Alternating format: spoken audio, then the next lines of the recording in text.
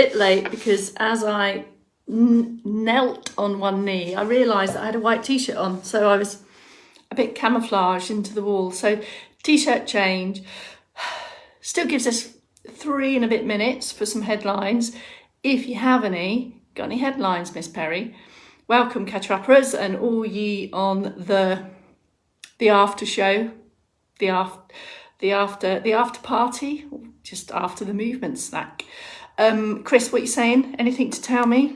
I'm a bit flustered because I was perfectly on time, realised that I was morphing into the wall, and then ran out and couldn't find a blue t-shirt. Chris, couldn't find a blue t-shirt. I wonder why that is. Do you think it's because my room's not very tidy? Chris is in the know when it comes to my my levels of tidiness. Innit, Chris? We were neighbours for many, many years. So on times, I don't think I'm really untidy. I just think my tolerance level to tidiness are probably a little bit lower. But I do reach a threshold. I do acknowledge when I need to tidy. I do have a level of insight. I just think my tidiness barometer might not be set the same as everyone else. I don't know, how tidy are you? Let's put it out to the movement snack mates. On a scale of 1 to 10, this is self-perception. It's a self-perceived question. 1 being really not very tidy at all. 10 being, I think I like to be very tidy. I'd be keen to know, how tidy are you? Did I see Ian come in? Ian, on a scale of 1 to 10, tidiness, please. Bolton team, on a scale of 1 to 10, tidiness.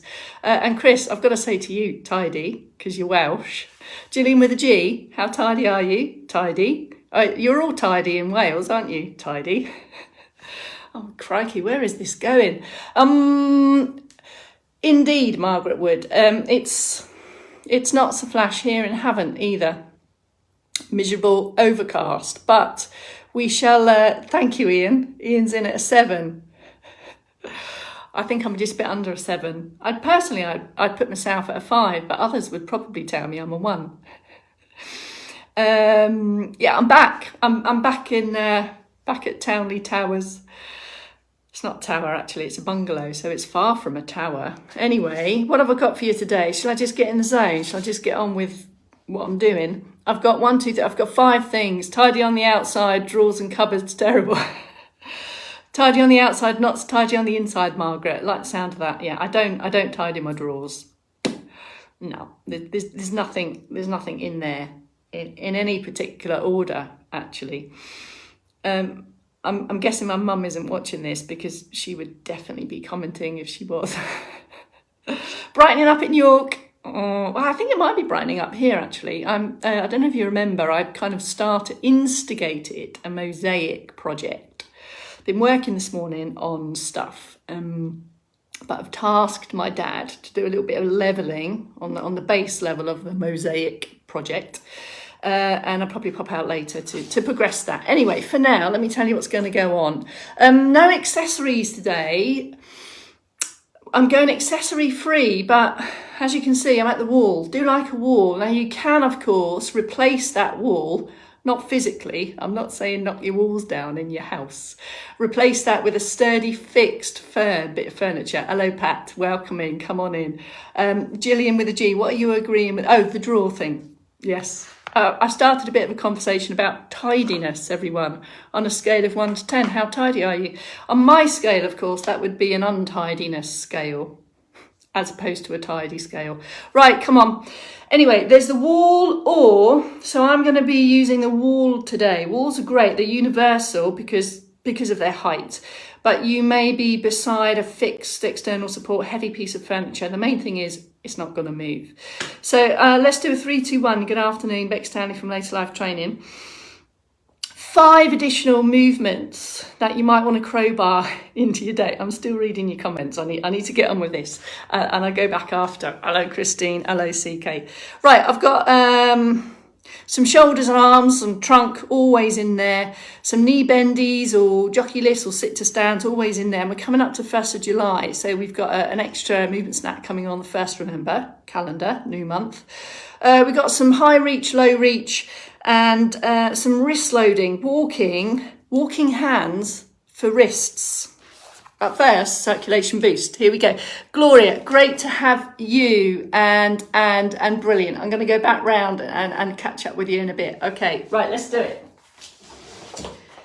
So I'm in the corner. I wanted a wall today to show you how we can utilise the wall to help with bending and reaching skills. And I like to liken movement to a skill. It's a skill. And to improve the skill, we need to rehearse the skill. Anyway, needless to say, let's go on with the Circ Boost. So, in standing, feet hip width apart. Got my summer sandals on today. I don't know why, probably because I was too untidy to find my shoes. Here we go, lift and lengthen through the middle. External support, could be a wall, it could be a piece of furniture. Off we go with a steady march. As always, involving the ankles, feet and the toes. Start steady, stay steady. Adding in other moving parts as and when you would like. The beauty of a wall, of course, is that it's universal for height, so it could be that you are here. And it might be that you don't need the wall, but it might give you that extra confidence. So continue in stand. Here's the seated prompts if you would like. Active sit position as always, so lots of support coming from the centre, and then start with a steady shoulder march. Bit of left, bit of right, bring it together if you would like.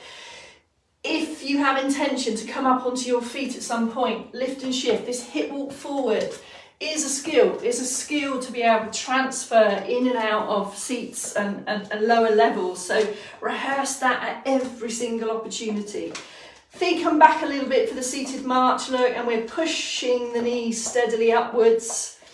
Finding your feet, so we're looking to avoid flat feet and rolling, lift and lengthen. Just in these movement snacks, optimise everything. Just consider making the most of every one of these movements and find your pace and your rhythm. So there's loads of options for this circulation boost. The Circ Boost is 2-3 minutes max and just really takes that opportunity to lift the body into active sit or stand positions and generate rhythmical movement in order to get a light lift from your heart rate. And when that happens, that happens. So the heart rate is slightly raised because we need to feed the muscles with the oxygen for the additional movement. Hence, therefore, deeper breaths required to get more oxygen in. So just a flutter, just a flurry of circulation boosting frequently throughout your day. In addition to all your other stuff. Right, that's the Circ Boost done. The first movement today is the sit and the stand option is the same. We're going to do some shoulders and some arms. And of course, if the shoulders and arms are moving, we're looking for optimum support through the trunk. I'll do this one in sit to begin with, but if you're in standing, you might be here if you want that support there, using the outside of the forearm. Your hand might be on furniture. I've got a piece here. Or you might opt for a supported posture against the wall here. Remember, suspension on, bit of a bend in the knees. This allows for greater adjustment. Lift and lengthen, and the wall can offer you perhaps some feedback, some contact with the wall to let you know where everything is in shoulder blades, for example. Here's the movement. We're going to take one hand diagonally across and then take the circles here. And we're looking to, it's as if you're going, as if you're rubbing your tummy, but it's bigger. So you're kind of aiming for the four corners. And can you feel the shoulder coming inwards, but the posture stays up? And your shoulder blade, feel your shoulder blade moving. Same on the other side. Start diagonally across and then go round. You might be in seated. The hand position is neither here nor there, actually. The main focus here is the shoulder. And it's steady pace, keeping the posture lifted, and then we're going to take some diagonals here. So kind of make it fluid, if you like. It's a kind of a swimming action that's not, because it's completely wrong. You would not swim anywhere if you tried to swim like this. And then if you like, just have a bit of a pit stop, have an active deactivate, crikey if that's possible, through the posture, lift again, and you might want to try some doubles here. So bring it in, you know I love a bit of coordination, or keep it as singles. The main thing is feeling what the shoulder, make as much as that shoulder blade movement as you can, bringing them together if you would like. And can you see and feel how you're keeping that lift through the centre? It's exactly the same in stand, whatever position you're in, single arms or one arm there, or in that supported posture as I said there. Okay, so that's literally just activated upright postures, got shoulder blades and the shoulders going. We need those for every activity in daily life, for lift, carry, push, pull. Bringing in the trunk more now, so a little bit of shoulder actually in a different range of motion. So now we're considering reach back behind type of movements. So for this one, you need to either have your hand on support like so, or have a sit down to remove that balance challenge. So hands in pockets-ish, just placement here, and then you're just going to move round pockets, but we're going to bring in the back end here. So if I take diagonally across, there's the immediate back pocket here. Can you reach round to the other one? And then we come back. And this is all smooth and fluid, no sudden, no momentum here. This is kind of squeezing around, and it's an extension of the 8 a.m. trunk mobility. And in the 8 a.m. trunk movements, we tend to just focus on the trunk. But as you may have heard me say many times, if we're turning the trunk in daily life, it's probably because we want to get somewhere. So you've got this shoulder movement as well. So walking the hands around all of the pockets, and the kind of key focus here when I put this one in today was to get this hand not to this back pocket, but the one round there. And can you see the extra movement required? And we still have fixed hips, so we still got headlights forward. So we literally play and explore with these folks. So we don't over-egg it, we don't want to do loads and loads. It's no pace or speed, it's feeling your movement. This one needs loads of lift. Make the gap, mind the gap. So you have literally, you've made space for the spine to move. If you're flexed and forward, that's going to feel very different. And if you're uncomfortable to come up to this active position and turn, just work within a movement that's comfortable for you. So that's finding pockets. Trunk reacher, I call that. Pocket finder. Right, time for a leggy one. So we've had a couple of shoulders here, moving across the body and then moving away and behind the body. So can you see how I've packaged up different ranges of motion that are going to be in your day somewhere? This one is a leg one. Legs may not be on your day, therefore go back, add a crowbar and a bit of Circ Boost, or repeat some of the ones I've just shown you. Here's some options. We're going to put in our classic knee bend, sit to stand or jockey lift. So have a look and decide which one you would like. Heels back and down, buttocks just further forward here. You might want to start just rehearsing jockey lifts. Pushing through the heels, keeping the chest lifted. There's your hip hinge with that. And you might just be hovering. If you've got arms on the chair, you might just be taking a little weight lift, buttocks off the chair. Or you might be going for the full power up to stand, get balance, feel for the chair and backs of legs, and then rehearsing that slow return, getting as much activity in the thighs as you can. Shifting our weight out of a chair, as you all know, is a key independent skill, is a movement skill. We need to be able to push up out of the chair if we're ambulant in daily life, and then go somewhere. So that sit and stand, that chair rise and chair return is an absolutely vital skill if you're in standing activities throughout your day, if those types of movements are important to you. Crowbar and a few more, go on. Okay, so that that hip hinge that is involved in stand, with that power push up to stand here to push the body weight up. All of those movements, the knee bend and the hip hinge, are now coming into our bending skill. So it's a skill. It's a critical life skill to be able to reach and bend to lower levels, be that in seated or in standing position. So let's just practice, let's just rehearse the skill. If you're in sit, you may be way back in the chair like so, and there may be arms of the chair that can help support or assist, or you might want to put the hand here. That could be an appropriate assist point for you. Just have a feel. The key thing that's going to help with this, folks, is getting the trunk moving around the hips, this hip hinge position. So here's a suggestion: take a step forward and just use our 4 p.m. back a thigh stretch type of movement, but just remove the straight leg. So just take a comfortable step, hinge. You can go for a slide down the shins, or you might want to go for a reach out to the front. If you haven't yet today had a bend to a lower level or a reach away from where you are, crowbar it in. That's all we're saying here. We're keeping all of these movements on your radar and working and thinking about how that movement works. So it's movements for movement's sake, in order to enhance and improve all your activities of daily life. So there's a seated option on that functional reach. Now in stand, and this is one of the key reasons why I came to the wall today.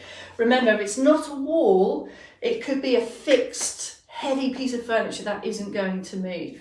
And this is how you can use the wall to support, practice, rehearsing the skill of bending to lower levels.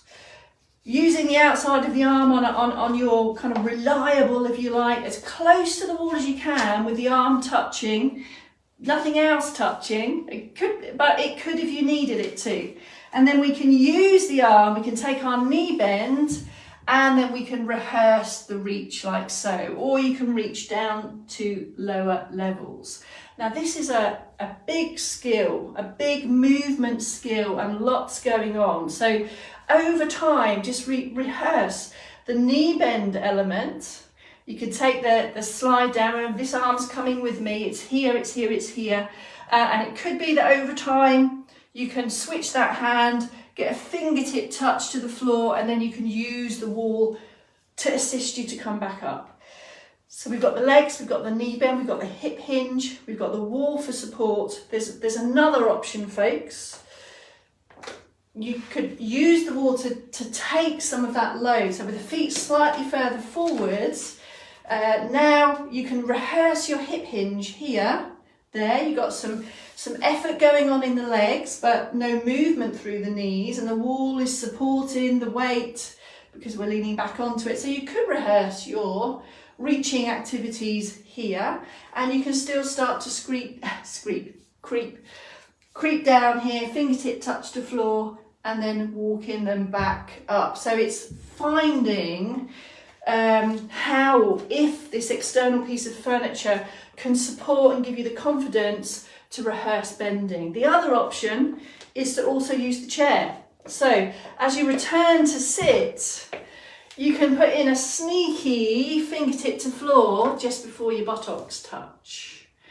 Bending down, we're always looking to keep the head and chest as high as we can. So that's why we rehearse the hip hinge so much. So as part of your stand to sit, maybe a little bit of a hover, maybe a little bit of fingertip touch before your buttocks go down. Okay, so that's bending. Low to reach, what have I got here? Okay, so having done bending, we're going to go up. So if you haven't bent down today, there's some ideas and suggestions to practice that skill. If you haven't reached higher levels today, again, we can use the wall for this. You may be in a sit position, you may have a wall close to hand, so it could be something that you do to kind of creep the fingertips up, could be side on. There's a bit of a lifty shift as well. So you've got your movement from the 4 p.m. The wall offers support and confidence, of course, and it gives you a really strong reference point to reach and aim for. If you haven't got a wall, still incremental reaches, so you're working your way through forward, forward, forward, and just get to your high point, and when you've had enough, you come back down again. You are using your arms and your shoulders and your reach, feeling your way through lower, lower, higher. Are you comfortable? High, and then slowly come down. And in stand, we could use the wall again. We can walk up the wall, go for the reach. You could crowbar in a heel bar at the top end, or you could just focus on high reach positions, high reach positions. So just taking shoulders, arms, trunks through ranges of motion that maybe you haven't used today. If you want to bring those together, there's our high reach. We can use the body into a low reach. So you can go from a low to high bend, like so, tucking the elbows in. If you focus, maybe using just the width of your body, that gives you an extra focus as well, like so. And you just creep it low, creep it high, keep it within your comfortable range of motion. And then seated, looks exactly the same. There.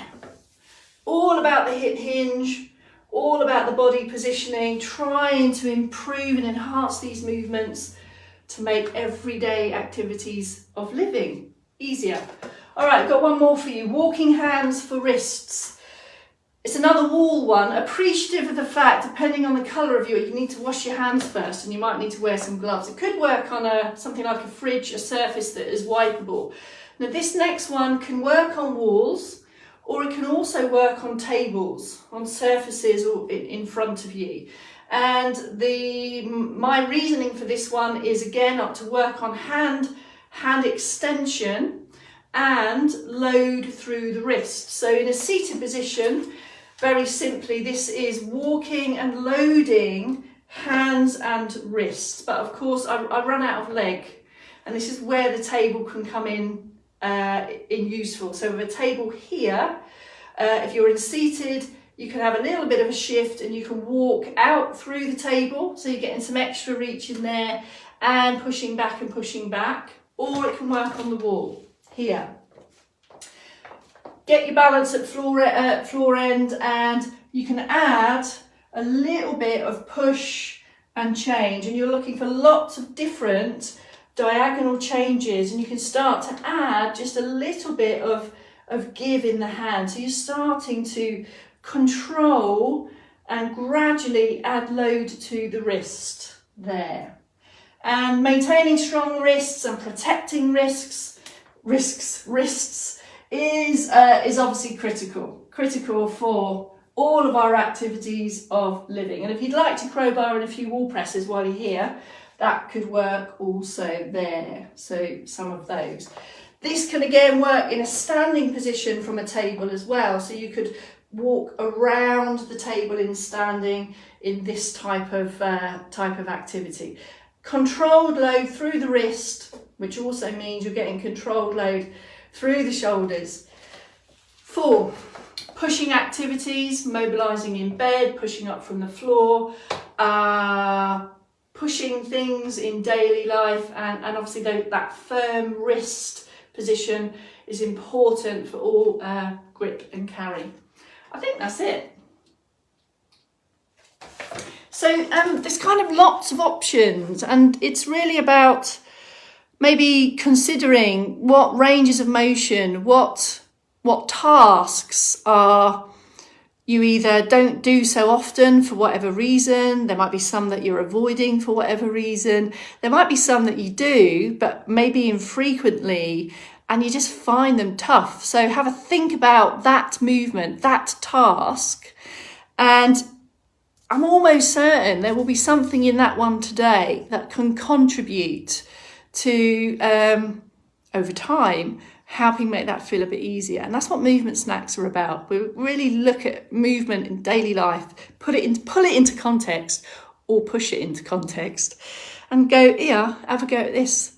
How's your wrists? How's your shoulders? How's your shoulder blades? How's your bendy bits, your reachy bits, and your balancy bits?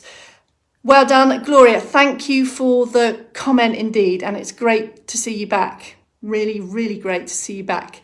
All right, folks. It's Monday. Who have you got? You've got Kaus at 4 p.m. I'll be back with you tomorrow. Is anyone else a 1 on my tidy spectrum? Am I the only one that's probably 1? Go back and have a look. Right, see you tomorrow, folks. Bye for now.